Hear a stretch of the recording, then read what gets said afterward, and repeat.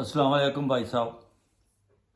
मेरा एक सवाल है कि हज़रत ईसा अलैहिस्सलाम आसमान पर ज़िंदा हैं।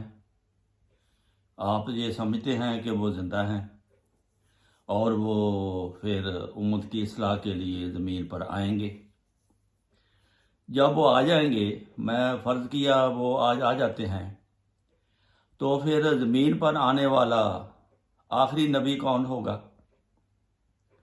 ये ख़ातमुन नबीयीन के मुकाबले में आपने बताना है कि आखिरी नबी ईसा अलैहिस्सलाम होंगे या फिर भी रसूल करीम सल्लल्लाहु अलैहि वसल्लम आखिरी नबी होंगे। ये आपने सोचकर मुझे बताना है। अगर ईसा अलैहिस्सलाम जिंदा हैं तो वो ज़रूर आएंगे और वो नबी होंगे, वो आखिरी नबी होंगे। और फिर ख़ातमुन नबीयीन जो आखिरी नबी है उसका क्या बनेगा? ये आपने बात सोचकर मुझे इसका जवाब चाहिए।